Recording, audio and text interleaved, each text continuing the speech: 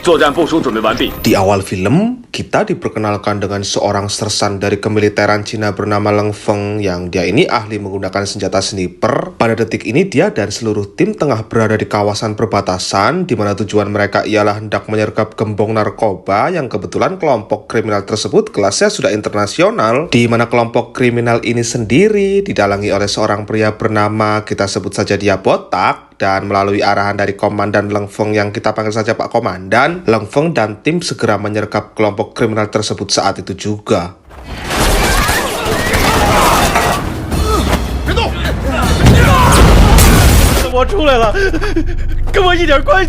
Saat dalam keadaan terpojok, Botak menyandra salah satu orang yang padahal itu adalah anak buahnya sendiri. Di sini Botak meminta agar dibebaskan, di mana Pak Komandan juga meminta agar jangan menembak dulu, yang tapi kok malah si Botak ini menembak salah satu anggota hingga akhirnya memaksa Leng Feng mengambil keputusan tanpa mendengarkan perintah komandannya. Dan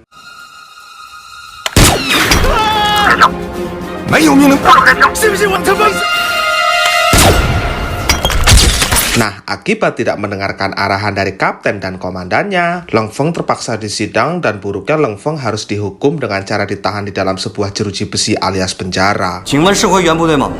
回什么原部队啊？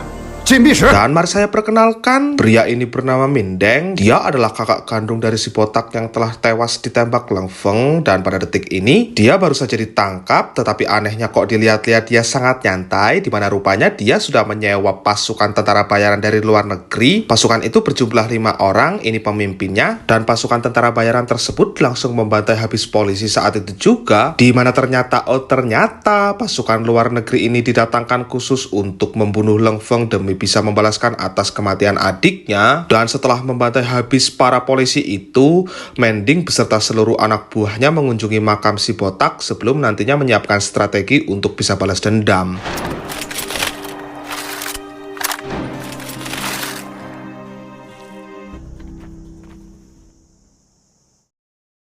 Kembali ke kamp militer Cina, di sela-sela latihan fisik dalam rutinitas sehari-harinya, Leng Feng mendapat kabar dari seorang komandan wanita yang kita sebut saja Bu Komandan, di mana Leng Feng diturunkan dari kesatuan, tapi di sini Bu Komandan menawarkan Leng Feng untuk masuk ke sebuah pasukan khusus. Pasukan khusus itu bernama Wolf Warrior. Wolf Warrior sendiri merupakan pasukan pembebasan, dan ternyata pemimpinnya itu adalah Bu Komandan sendiri, yang rupanya Bu Komandan ini tertarik akan potensi berbakat yang dimiliki oleh si Leng Feng tersebut, di mana setelah resmi menjadi anggota Wolf Warrior, esoknya Leng Feng dilepas oleh komandan lamanya dan dia dikirim ke hutan untuk menjalani serangkaian latihan. Saat sampai dan ditinggal helikopter sendirian di hutan inilah, tak lama muncul sekelompok pasukan dari penjuru arah, dan ternyata mereka semua adalah rekan Leng Feng yang baru. Ini adalah wakil komandannya Bu Komandan yang bernama Tan Long. Di sini Tan Long menanyakan beberapa hal yang pada intinya tentang visi misi menjadi seorang tentara yang kuat. Lantas setelah sesi pertanyaan tersebut selesai, Leng Feng pun langsung masuk ke dalam timnya Kapten Liu, yang ini orangnya. Dan setelah ini, tim Wolf Warrior akan menjalankan simulasi latihan perang di dalam hutan, yang ternyata lawannya adalah militer Cina, yang itu artinya Leng Feng akan berhadapan dengan rekan lamanya.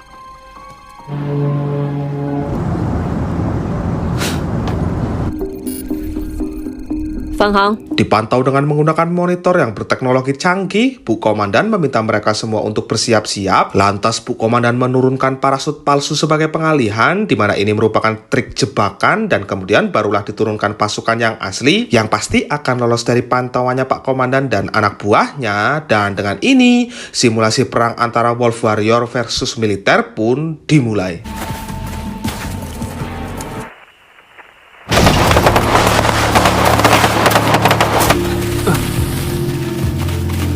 Di saat Tan Long masih sibuk menyerang camp yang hanya berisikan sedikit pasukan militer tersebut, di sisi lain Leng Feng dan Liu berhasil menemukan letak camp yang lain yang kebetulan ada Pak Komandan di sana. Dan yang terjadi selanjutnya, 旅长， 别问我，我已经阵亡了。Ya, Leng Feng sukses menumbangkan mantan komandannya sendiri dan itu cukup membuat Bu Komandan tersenyum. Lantas setelahnya mereka bertiga mampir untuk istirahat sebentar sembari makan. Di sini Liu memamerkan foto anaknya yang berusia 2 tahun yang setelah misi ini selesai Liu berencana cuti agar bisa mengunjungi anaknya itu. Dan tak lama setelahnya tiba-tiba datang 2 rekannya yang lain yang nampak dikejar-kejar sesuatu yang ternyata mereka dikejar sekawanan serigala hingga membuat mereka mau tidak mau mesti melakukan perlawanan.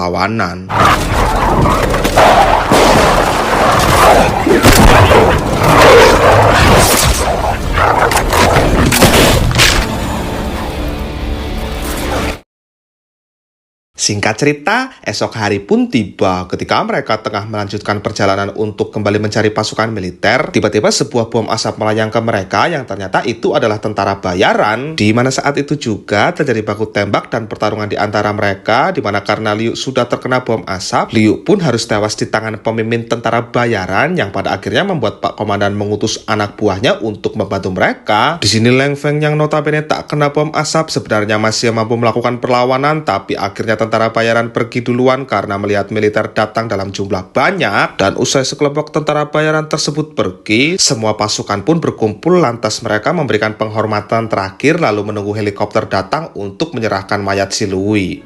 这是什么？这是战书可能会穿越国境线逃出中国。这里是最美的地方，因为它是。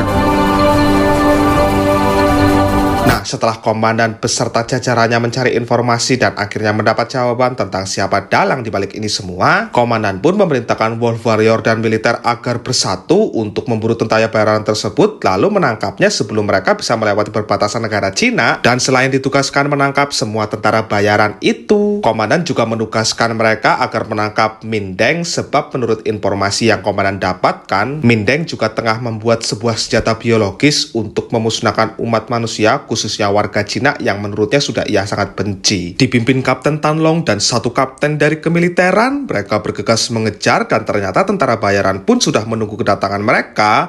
Dan dengan ini, baku tembak pun tak dapat terhindarkan lagi.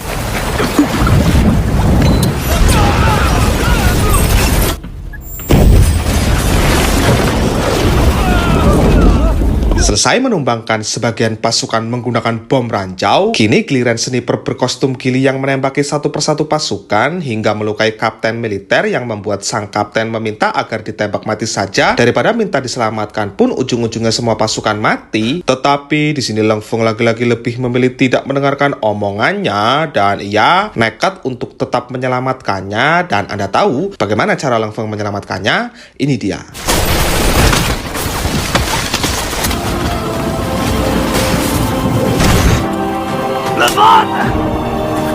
Selanjutnya, Leng Feng memberanikan diri untuk keluar memancing gili itu mengikutinya dan melalui bantuan Bu Komandan, Leng Feng berhasil menghindari tembakan sampai ujungnya mendapat tempat yang bagus lalu siap untuk menyerang tentara berbaju gili itu. Dan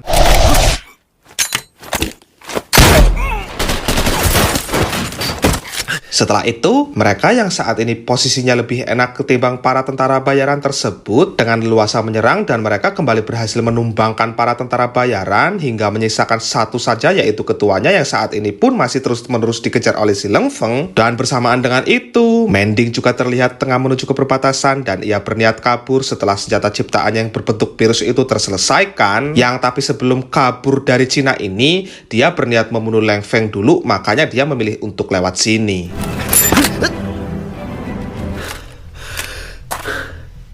Ya, sialnya Leng Feng terkena jebakan bom yang dibuat pemimpin tentara bayaran, tapi di sini Leng Feng tak menyerah begitu saja. Leng Feng perlahan coba mencari celah dan ia nekat melepaskan kakinya dengan harapan masih bisa lolos. Dan yang terjadi selanjutnya, Leng Feng, 你没事吧？ sebelum lanjut mengejar musuh, Leng Feng bertanya ke Bu Komandan, Bu Komandan sudah punya pacar atau belum? Sempet-sempetnya coba nanya begitu, ya elah. Begitu dijawab belum, saat itu Leng Feng langsung semangat dan ia kembali mengejar hingga menemukan lalu terjadi baku tembak sampai ujungnya peluru mereka habis. Dan kini adegan dilanjutkan dengan cara duel tanpa senjata api yang pastinya akan sangat-sangat seru. Dan dengan ini pertarungan pun dimulai.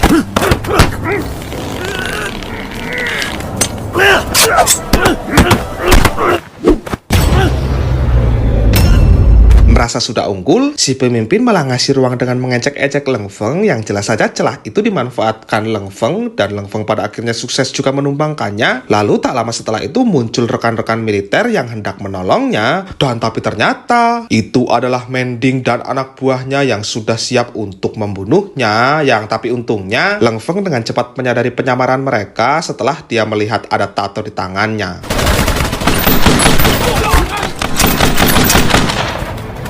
Beruntung saat Mending sedikit lagi keluar dari perbatasan dan di bawahnya sudah disambut oleh pasukannya yang begitu banyak. Di situ Leng Feng berhasil duluan mencegahnya dan pada akhirnya pasukan Mending pun pergi karena ketakutan melihat militer datang bersama Pak Komandan yang jumlahnya lumayan banyak. Dan setelah Mending resmi ditahan, lalu senjata biologisnya pun resmi disita, Leng Feng dipromosikan untuk naik jabatan dan ia pada akhirnya sukses juga menggait hatinya Bu Komandan. 啊，我有点一时想不起来了。 Tamat.